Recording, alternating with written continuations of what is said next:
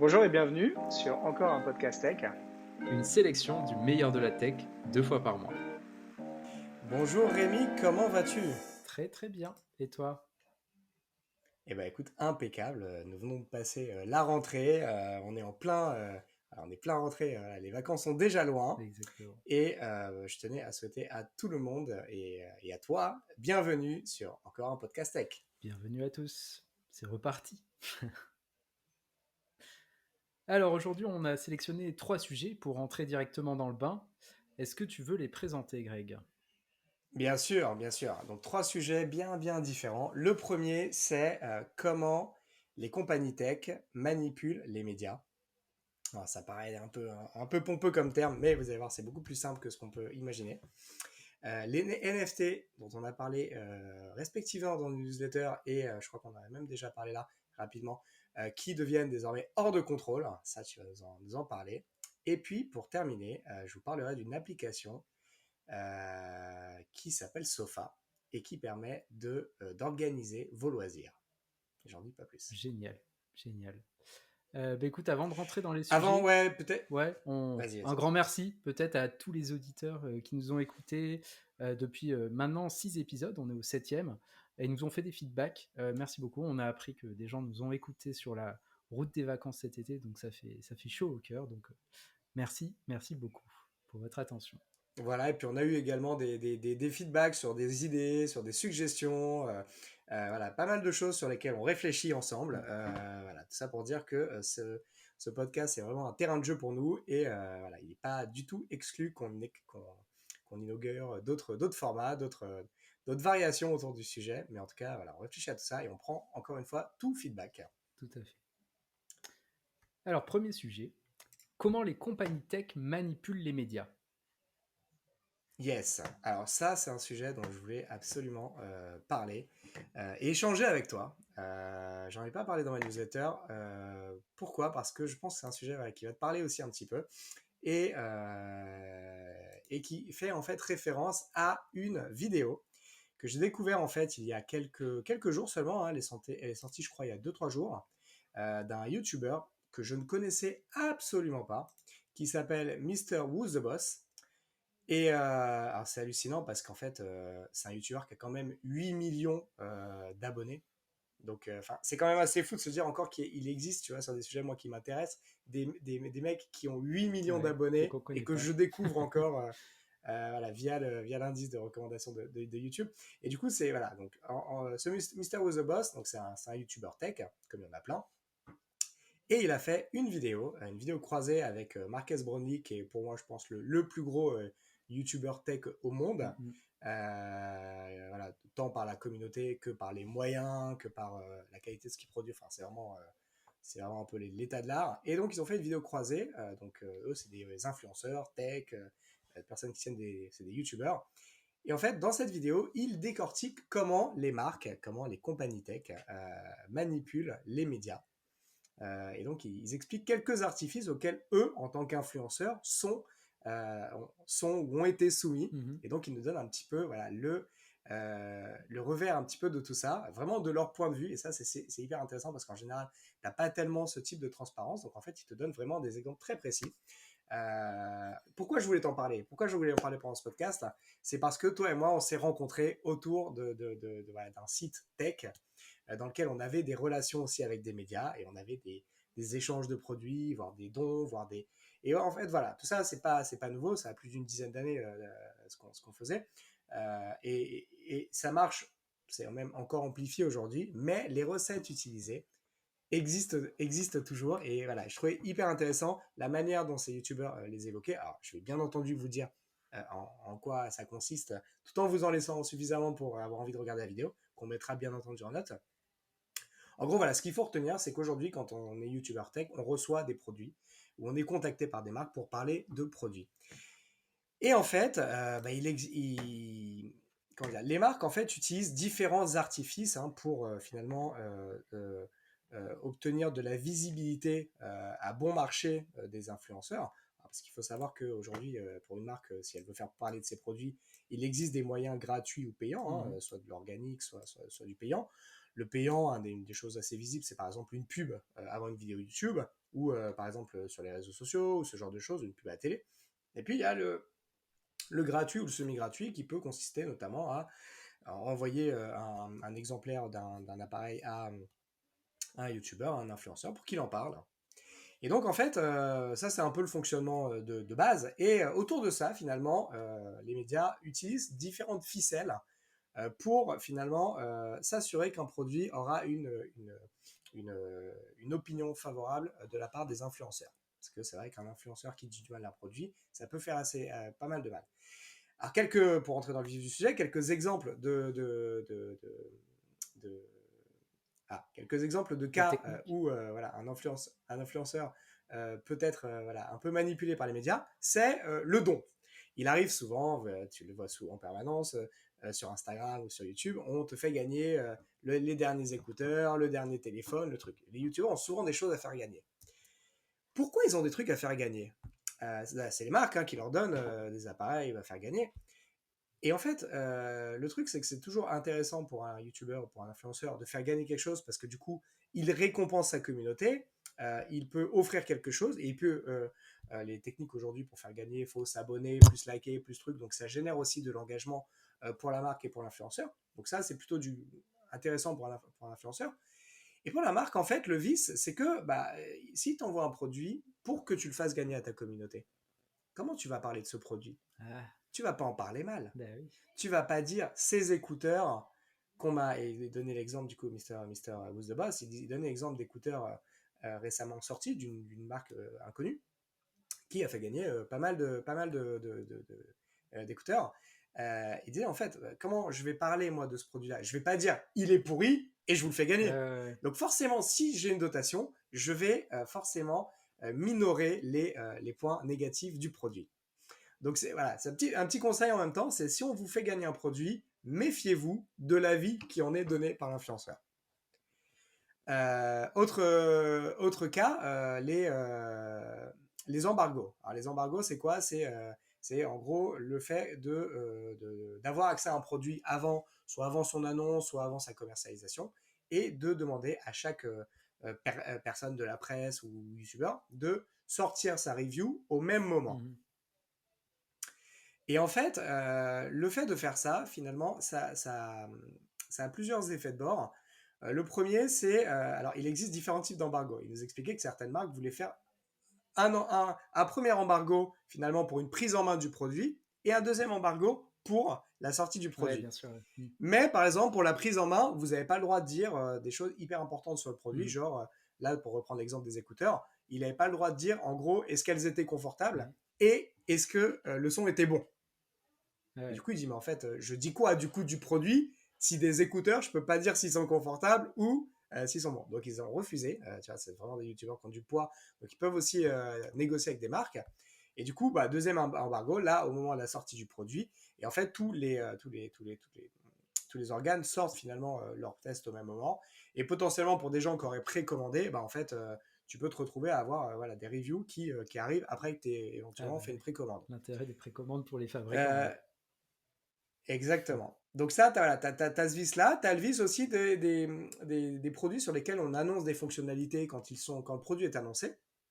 Par exemple, il y a Tesla qui va annoncer la conduite autonome sur son appareil ou Apple qui avait annoncé une fonctionnalité sur son iPhone.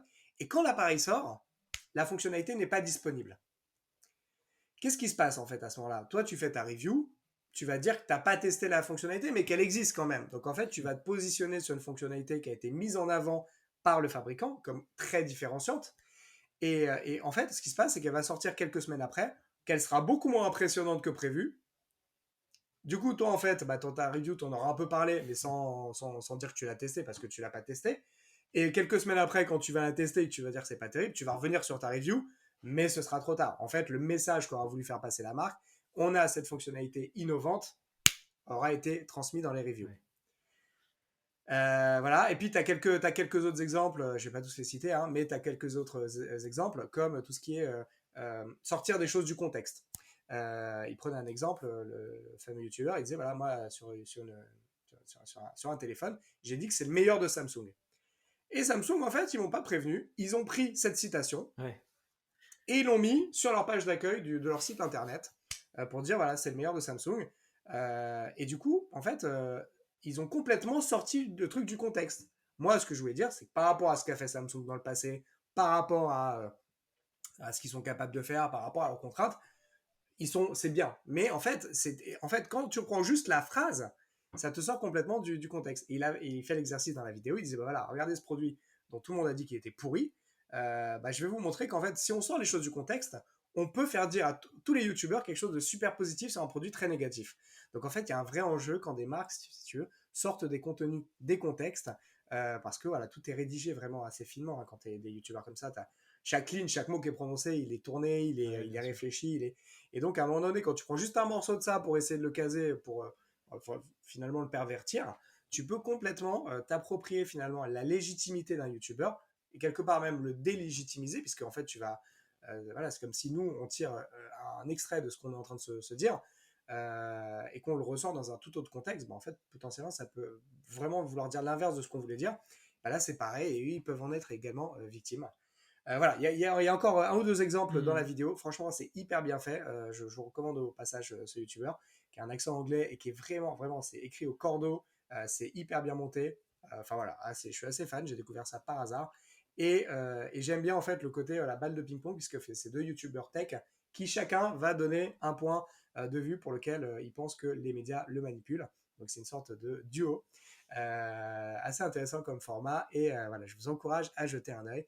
Mais ce qu'il faut retenir, c'est que il faut quand même prendre avec certaines pincettes beaucoup de choses qu'on voit passer sur internet, sur des reviews, que ce soit de produits tech, mais même de produits en général, et qu'il doit y avoir certains petits warnings qui s'affichent chez vous quand on vous propose un code promotionnel pour un produit, quand on vous propose de le faire gagner. Dites-vous que voilà, derrière il peut y avoir aussi des enjeux qui ne vous donnent pas les vraies qualités d'un produit. Ouais. Voilà. Ouais, mais ça m'étonne pas. Déjà, c'est chouette. Enfin, après, il doit avoir la Marcus Barney, ça m'étonne pas parce que il est énorme et je sais pas combien de millions de followers il a, mais il peut se permettre ce genre de choses. Donc c'est bien qu'ils prennent la parole pour le dire. Mais c'est vrai que c'est des pratiques que je connais bien pour suivre l'actualité du jeu vidéo. Tu as énormément de jeux vidéo où on t'envoie le jeu vidéo juste si tu signes le NDA qui va dire ok, je fais le test, mais par contre je ne le sors que un jour après la sortie ou le jour de la sortie. Et ceux qui vont à l'encontre de ça, ils risquent de se faire blacklister et du coup de ne jamais avoir que l'éditeur n'envoie plus jamais les jeux vidéo en avance pour les tester. Donc c'est vrai que c'est un classique, mais ouais. De l'avantage d'avoir plein de sources d'informations pour pouvoir les croiser et voir qui dit vrai. Exactement. Et puis voilà, effectivement, il faut aussi se méfier. Alors, eux, vraiment, ils sont tellement gros que ils peuvent dire ce qu'ils veulent en fait, hein. Je pense qu'ils ont une relative autonomie. Mais voilà, typiquement, des fois, ils expliquaient, pour dire à quel point ils sont gros, hein, Marques Brownlee, il a fait des interviews de Steve Jobs, pas de Steve Jobs, non, mais de Bill Gates ou de Elon Musk, et en fait il expliquait que parfois en fait quand on te met le CEO en face de toi, on te dit c'est tellement un avantage, en fait potentiellement tu vas peut-être pas oser Ouais, bien sûr. Le poser casser certaines questions, et tu peux un peu te faire manipuler si tu veux pour donner une presse un peu positive sur une marque, alors qu'en parallèle tu peux avoir un produit qui est en train de sortir qui n'a pas de très bons échos et tu n'auras pas osé poser la question sûr. Et tout. Donc voilà, ça fait aussi partie des pièges. Mais pour revenir à... Voilà pour ce sujet, je vous encourage vraiment à regarder la vidéo si vous voulez en savoir plus. Ça m'a bien donné envie, ouais. Et pour revenir au fait de prendre un extrait et de l'afficher dans un autre contexte, ça me fait penser à une affiche de film dont je ne me souviens plus le nom, qui avait des avis dithyrambiques, donc c'était du 4-5 étoiles, sauf un magazine, je ne sais plus lequel, qui avait mis que 3 étoiles. Et en fait, ils l'ont quand même affiché, et en fait, ils ont affiché les 3 étoiles entre deux personnages, et donc ce qui fait que, comme il n'y avait que des 5 étoiles, et les 3 étoiles étaient pile entre les deux personnages, on avait l'impression que potentiellement c'était aussi un 4 ou 5 étoiles. Et donc ça, c'était balèze. C'est fourbe, mais balèze. Je retrouverai, je mettrai le lien dans la description. Ça, c'était assez rigolo. Bon, on change d'univers, Rémi, pour ce deuxième sujet. Ouais. On va parler des NFT. Est-ce que tu peux nous faire déjà un petit rappel de ce qu'est un NFT et qu'est-ce qui s'est passé ces dernières ces dernières semaines, ces derniers mois, parce que j'ai vraiment l'impression que c'est un sujet qui prend de plus en plus de place dans l'actualité Hmm. tech. Et voilà, et donc j'aimerais que tu nous fasses Un un petit petit rappel. update de où on en est, qu'est-ce qui se passe, et quoi les faits saillants et les tendances. Alors, on va parler de chiffres et de beaucoup de chiffres qui font complètement tourner la tête, tourner les yeux, tourner les porte-monnaies aussi. En début d'année, vers mars-avril, il y a eu un premier boom d'explosion, donc toutes les crypto-monnaies ont commencé à atteindre des sommets. Et en parallèle, donc, il y a une œuvre d'un artiste qui s'appelle Beeple, qui a été vendue chez Christie's, donc le fameux entreprise de vente d'enchères, de bijoux, d'œuvres d'art, etc.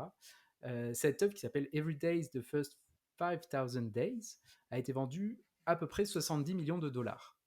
Et donc, ce qui est déjà énorme, et je crois qu'à l'époque, je ne sais pas si le chiffre a été dépassé, c'était la troisième œuvre au monde la plus chère, en fait. Et ensuite, deuxième truc, c'est Dragon, un petit personnage de jeu vidéo CryptoKitty qui a été vendu pour 1,2 million de dollars. Donc, ce qui est aussi énorme. Depuis, ça a un petit peu stagné. Enfin, il continue à y avoir quelques projets et l'écosystème, on va dire, commençait à maturer un petit peu. Et là, cet été, je ne sais pas pourquoi, peut-être parce que les courbes des crypto-monnaies vivotaient un petit peu, mais il y a eu une énorme deuxième explosion. Et là, pour le coup, on atteint encore plus des sommets, et notamment sur trois types de produits, de NFT. Le premier, c'est l'art génératif. Alors, je ne sais pas si c'est une bonne traduction en anglais. Est-ce que tu peux juste, Rémi, peut-être nous rappeler ce que sont les NFT pour les personnes Bien qui sûr, atterriraient? bien sûr, bien sûr. Euh, En fait, actuellement, on a, quand vous allez sur le numérique, vous allez sur Internet, vous cherchez une image, vous trouvez une belle image, vous faites un clic droit, télécharger, et quelque part, elle est un peu à vous. Vous pouvez l'afficher sur votre site, en wallpaper, bon, essayer de la vendre, ça va être un peu plus tendu. Mais en tout cas, vous pouvez un petit peu en faire ce que vous voulez. C'est pareil pour les films, c'est assez facile encore de trouver des films, de les pirater. Et pareil pour la musique. Donc comment, sur cet espace numérique, où vous pouvez copier à l'infini les produits, produire une rareté?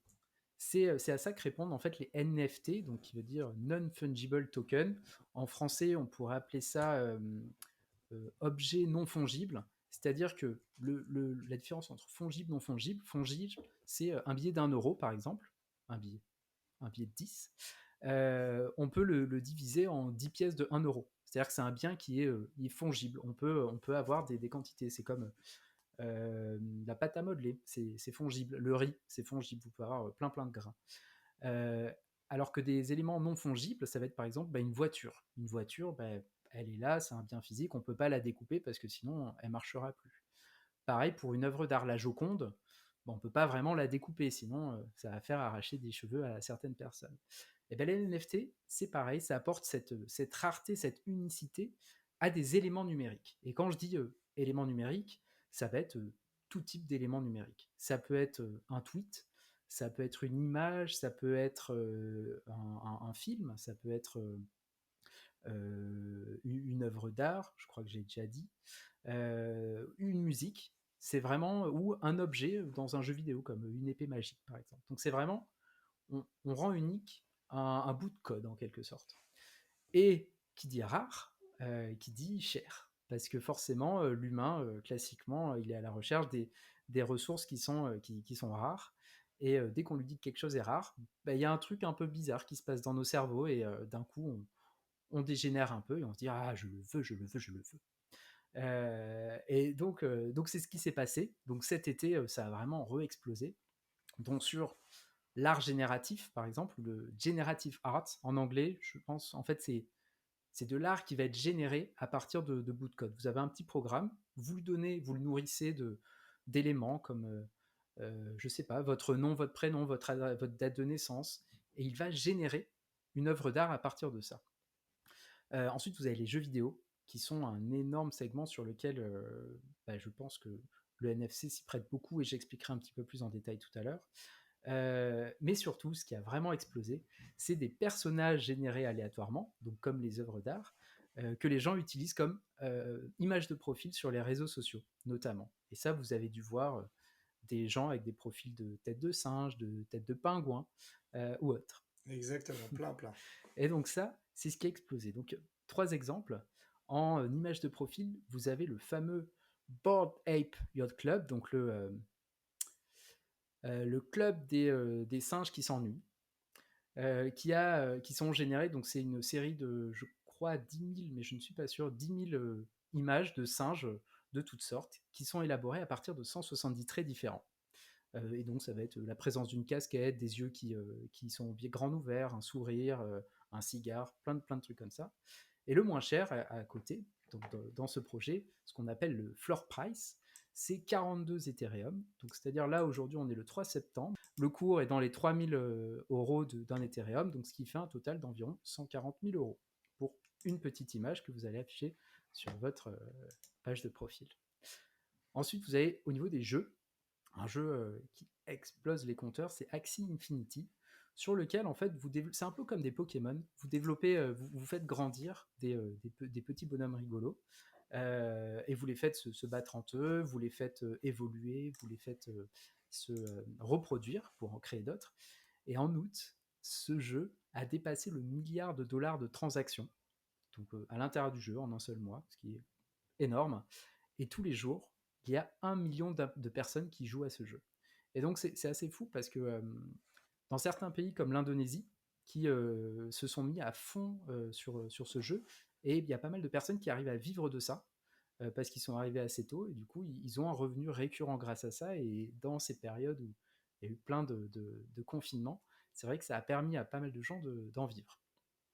Et le dernier point, c'est l'art génératif. Un des gros exemples, c'est le site Artblocks, sur lequel, un exemple là, le dernier aujourd'hui, sur une période de 7 jours, il y a l'œuvre Ringers 879 qui a été vendue pour 5,7 millions de dollars, et pour un moyen sur toute la collection, pour chaque élément, un prix moyen de 50 000 dollars.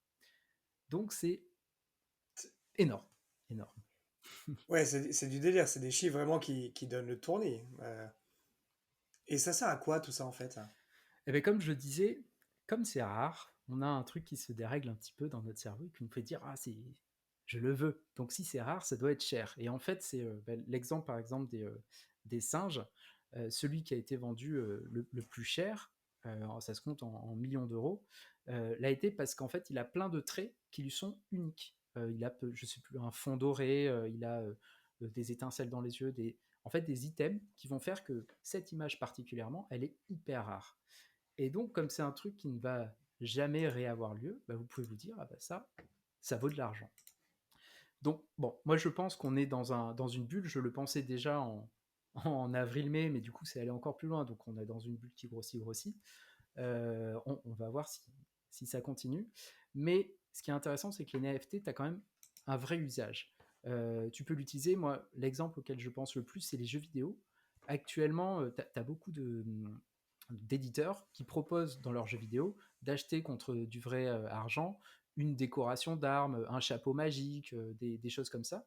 Sauf que tu peux le garder que dans ce jeu-là. L'idée du NFT, c'est que tu pourrais l'utiliser dans ce jeu-là, mais dans un autre, dans un autre, dans un autre, dans un autre. Donc tu te crées finalement un personnage que tu vas pouvoir réutiliser n'importe où et qui sera uniquement à toi parce qu'il est transférable d'un jeu à un autre. Donc ça, c'est pas mal. Mais ce qu'on pourrait, c'est aller plus loin et aller sur le monde réel. Ton appartement, par exemple, on pourrait dire, bah tiens, on va en faire un NFT. Et ce NFT, bah je vais le vendre, pourquoi pas. Et donc, comme ça, tu pourrais récupérer une partie de l'argent et te dire que bah, y a quelqu'un qui... Toi, tu vis dans ce logement, mais il y a quelqu'un d'autre qui en est le propriétaire. Et ça te permettrait peut-être de rembourser ton crédit et la personne ou de reverser de l'argent à cette personne qui te l'a acheté. Ça permettrait de rendre... Là, j'ai lu un cas récemment d'une entreprise qui veut rendre les colis qu'on envoie d'une entreprise à une autre ou d'une entreprise à des gens comme des NFT. Et donc comme ça, tu pourrais traquer en fait ton colis. Il aurait son sorte de double virtuel. Donc ton paquet, tes nouvelles baskets que tu vas te faire livrer, elles auraient leur équivalent en NFT qui te suivrait jusqu'à ta livraison. Et on pourrait imaginer que, mettons que c'est des baskets. Ces baskets, tu possèdes les baskets physiques, mais tu possèdes aussi le NFT de ces baskets. Et grâce à ce NFT, tu pourrais aller sur le site de Nike, par exemple, si c'est des Nike, et accéder à un club des gens qui possèdent ces baskets-là. Et tu pourrais te loguer grâce à ce NFT. Tu pourrais aussi récupérer des réductions grâce à ce NFT en te loguant sur leur site. Ou pourquoi pas prêter ton NFT à ton fils qui joue à Fortnite, et dans Fortnite, ton fils il pourrait jouer avec tes baskets dans le jeu. Donc c'est vraiment énorme. Et si, dernier exemple que j'aime bien, c'est pour les artistes. Actuellement, quand tu es artiste sur Spotify, tu diffuses ta musique sur Spotify ou sur Apple Music ou YouTube, tu gagnes très très peu d'argent. J'ai plus les chiffres exactement, mais en fait, faut des C'est millions. quelques centimes Ouais, par voilà. millier d'écoutes. Faut des millions et des millions d'écoutes pour en vivre. Grâce au NFT, l'artiste, il pourrait, donc un artiste de musique par exemple, il pourrait se dire, ma musique, je la crée en NFT. Enfin, en fait, j'en fais en NFT. Et en fait, je vais pouvoir hyper facilement retrouver l'usage qui en est fait. Par exemple, un film qu'il utilise, il va être obligé de louer en fait cet NFT. Et donc, l'artiste, ça va être beaucoup plus simple pour lui de récupérer les droits là-dessus. On pourrait imaginer que moi, par exemple, j'achète le prochain. Il y a ABBA qui vient de sortir des nouveaux titres. J'achète le NFT de ces titres et je suis propriétaire de ces titres. Et donc, je peux les relouer, etc. Et ce qui est bien aussi pour les artistes, c'est dans le cas, alors peut-être pour l'audio ça le fait pas trop, mais dans le cadre d'images, d'œuvres d'art par exemple, euh, l'artiste va créer son œuvre d'art, la vendre sous forme de NFT, et à chaque fois que le NFT va changer de main, avec son prix peut-être augmenté, l'artiste peut continuer à gagner des royalties à chaque vente. Et donc ça c'est intéressant parce que là où actuellement un artiste il crée son œuvre et s'il explose, à part le fait d'être connu, il va rien récupérer sur l'œuvre actuelle, il peut récupérer des royalties et peut-être vivre de son art plus vite, plus longtemps. Hyper intéressant tous ces cas d'usage en tout cas. Ça fait. Donc je comprends du coup de ton enthousiasme et j'espère que cela ne restera pas qu'une bulle spéculative et que voilà, étant donné qu'il y a ça ouvre plein de possibilités techniques, que ça puisse effectivement se développer dans le bon sens et ne pas être juste du spéculatif ou ce qui pour l'instant un effet de mode en toute honnêteté c'est le cas. Pour l'instant c'est très spéculatif quand même. Non, je comprends pas. J'avais très envie d'acheter une photo de singe dessinée pour $150 000. Oh, écoute, ce week-end, si tu as 5 minutes avec la carte bleue, ça passe. Je crois que ça dépasse un peu mon plafond. De si peu. À peine 3-0. Bon. Ok, merci en tout cas pour cet update sur les NFT, Rémi. Puis on ne manquera pas de vous en reparler dans notamment une newsletter ou un podcast dès que les choses bougent. Exactement. Et donc, troisième sujet, Sofa, l'application pour organiser vos loisirs. Yes, alors ça, écoute, c'est une petite pépite. C'est une petite pépite. Est-ce que ça t'arrive, Rémi, ça a dû t'arriver il n'y a pas très longtemps, vu qu'on a échangé ensemble nos souhaits de lecture, par exemple, mais on te parle d'une série, on te parle d'un film, on te parle d'un album, on te parle d'un podcast, et on te dit, tiens, il faudrait que tu écoutes ce truc-là. Et en fait, qu'est-ce que tu fais de cette info? Est-ce que tu la mets dans tes notes? Est-ce que tu l'écris? Est-ce que tu le gardes dans ta tête? Et est-ce que tu te crées une fiche sur un site? Est-ce que tu te crées une playlist sur Spotify? En fait, en fonction du support, quelque part, tu as plein de manières de stocker l'information. Tu peux te faire une liste sur IMDb ou sur n'importe quoi. Enfin, tu peux faire plein de choses, en fait. Mais le problème, c'est qu'on a rien de simple qui permet de noter juste une reco ou quelque chose qui nous intéresse et qu'on aimerait finalement consommer. Donc, et c'est vraiment l'objectif unique de cette application qui s'appelle Sofa, dont le nom en anglais c'est Downtime Organizer. Donc c'est vraiment l'idée d'organiser les loisirs, le temps libre. Mm-hmm. Et comment organiser si ce n'est en consommant tous les contenus que on nous a recommandés ou sur lesquels on est tombé. Ça m'intéresse parce que moi j'utilise plein d'applications effectivement en fonction du est-ce que c'est un film, est-ce que c'est une musique, plus des notes à côté. Mais c'est ça, et puis des fois tu utilises Des fois, tu vas utiliser une note dans ton téléphone. Mhm. Bref, tu peux faire plein de choses. Et finalement, tu n'as pas cette vue unique de tout ce qu'on t'a recommandé. Et à un moment donné, quand tu te retrouves à la FNAC pour chercher un livre, tu sais plus le livre qu'on t'a conseillé parce que c'était il y a longtemps. C'est vrai. Et ça, en fait, voilà, c'est un peu la mission de Sofa. Sofa, c'est finalement une application qui a pour objectif de les remplacer toutes, c'est-à-dire d'être vraiment ton point d'entrée dès que tu as besoin de garder une trace de quelque chose à consommer. Et donc, c'est assez vaste ce que permet de stocker Sofa, puisque ça peut stocker des films, des livres, des podcasts, des jeux vidéo, des albums, des séries télé, même des jeux de plateau, des livres audio, des applications. Ah oui. La Bref, totale. c'est assez complet. Tout ça, c'est intégré directement dans l'application. Et là où c'est génial, c'est que voilà, quand tu ouvres l'appli, tu as un petit plus qui est bien en évidence et qui te propose d'ajouter rapidement un média. Je vais appeler ça un média, ce sera plus simple. Et là, en fait, tu dis ce que tu veux ajouter. Et en fait, ça va aller te rechercher directement dans une base de données le média concerné. Et bien entendu, c'est là où est tout le génie. Ça ne va pas forcément aller te chercher dans la même base de données quand tu cherches un livre et quand tu cherches un podcast. Et j'ai essayé pour la petite histoire d'ajouter notre podcast et il a été remonté. Yes. Donc voilà, si vous entendez parler d'un podcast intéressant, bim, vous pouvez directement l'ajouter sans ouvrir votre application de podcast, Voilà, vous avez en fait ce SaaS. Et c'est ça qui est intéressant, c'est que Sofa fonctionne vraiment comme une sorte de SaaS, de mémoire tampon, dans laquelle vous allez pouvoir mettre l'ensemble des choses que vous voulez, auxquelles vous voulez jouer, lire, etc., etc. Et à un moment donné, vous pouvez choisir soit de... Alors, quand vous les notez, vous pouvez mettre une petite note, par exemple, tiens, j'en ai entendu parler de là, ou tiens, voilà la raison pour laquelle ce truc-là m'intéresse. Et puis une fois que vous l'avez, vous pouvez soit le ranger dans une liste vraiment thématique, soit vous pouvez même carrément le checker en mode je l'ai lu, je l'ai vu, Mhm. je l'ai consommé. Mhm. Et puis ça vous fait même des stats en fait à la fin qui vous disent voilà tous les livres que j'ai vus cette année, tous les films que j'ai vus cette année. Donc il y a aussi cet aspect un peu journal qui permet de garder une trace de ce qu'on consomme chaque année. Voilà, et j'ai pas beaucoup plus de choses à en dire, si ce n'est que Écoute, voilà, si vous êtes c'est sur simple. Ouais. iOS, Simple, efficace. Ah mince, ouais, voilà. Ah bah c'est voilà. disponible sur Ah bah iOS ou voilà. iPad ou iPad ou Bon, iPad. ça va alors.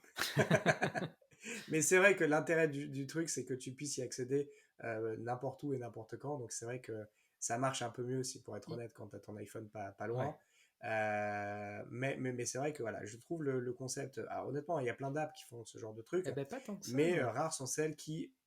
Ouais, Ouais. mais ouais, c'est ça. Rares sont Ouais. celles qui, en fait, ont un scope aussi large et qui permettent finalement très rapidement voilà, de rajouter quelque chose dans sa liste et finalement après de pouvoir y revenir en se disant, bah tiens, en fait, ce qui m'intéressait, c'est ça. Et voilà, d'avoir vraiment un point d'entrée. Et la clé, c'est vraiment une saisie rapide Mhm. et après la possibilité d'organiser les médias, les supports comme on le souhaite. Et voilà, je trouve ça juste trop Bah pratique. ouais, ça a Voilà, je l'air. pense Ouais. que c'est le genre d'app qui peut servir vraiment à tout le monde parce que on a tous à un moment donné besoin de noter une série qu'on nous a recommandée, un livre qui va sortir, un album, un artiste, je ne sais Mhm. quoi.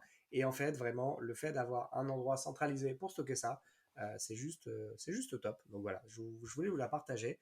Je l'utilise depuis peut-être 2 ans Ouais. et elle vient de subir une belle mise à jour là cet été. Donc voilà, c'est l'occasion pour moi de vous en Eh ben, parler. très bien. Il propose une version web ou pas? Je ne crois pas, non. Il n'y a Ok. pas Bon. de. T'as un site web qui explique les fonctionnalités, mais malheureusement, il n'existe pas de version web. C'est très dommage parce qu'en fait, il n'y a rien de ce qu'ils font qui ne pourrait être fait Oui, bah oui, c'est via clair. une version web, voire même via une extension de navigateur. Mhm. Hein. Tiens, il faudrait peut-être leur proposer. Ouais. Mais en tout cas, ouais, je suis assez d'accord avec toi. Euh, Ça serait top que ça puisse exister. Ça pourrait aller encore un tout petit peu plus loin, notamment sur les films ou les séries, en proposant carrément le service de Oui, sur streaming sur lequel lequel tu c'est. Ouais. peux le voir Mhm. ou d'ouvrir par exemple un album sur Spotify ou sur Apple Music ou je ne sais quoi. Voilà.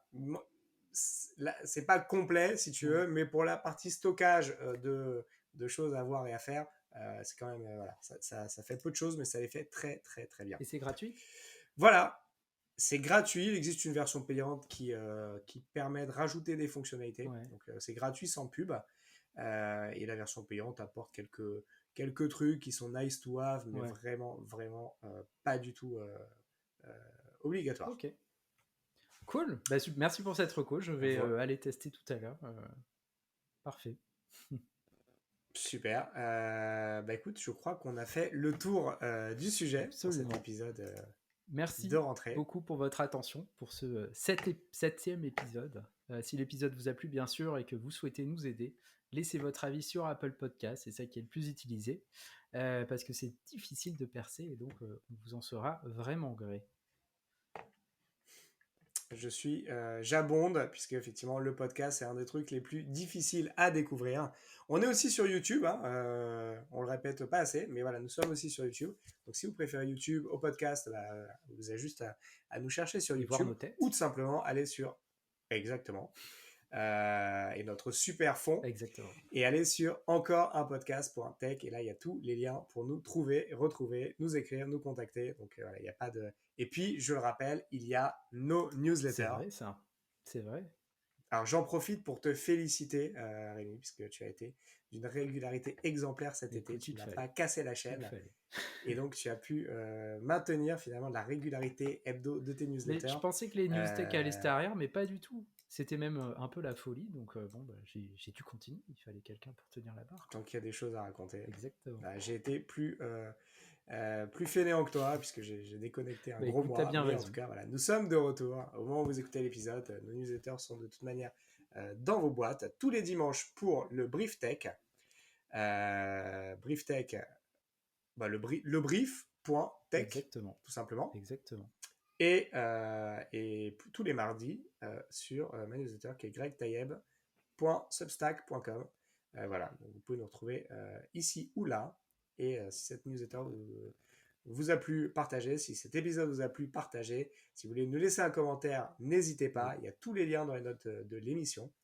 Et puis, j'en profite, si vous utilisez l'application Encore, ANCHOR, c'est l'application qu'on utilise pour diffuser nos podcasts, vous pouvez directement, pendant l'épisode, répondre et nous poser un message, nous envoyer un message audio ou nous répondre. Et ça, c'est top. Donc, n'hésitez pas à tester ça. C'est aussi un moyen d'interactivité. Si vous pensez à un truc, vous souhaitez réagir à une connerie qu'on aurait dit, ou si vous avez trouvé le film qui a les 3 étoiles auquel Rémi, ça m'évitera d'aller chercher, parfait. Vous pourrez, voilà. Voilà, c'est tout ce que j'avais ajouté pour cela. On vous donne rendez-vous dans 15 jours. Le 23 septembre. 8. Oui, pour l'épisode 8. Merci beaucoup et à bientôt. Salut Greg. Salut Rémi. Ciao.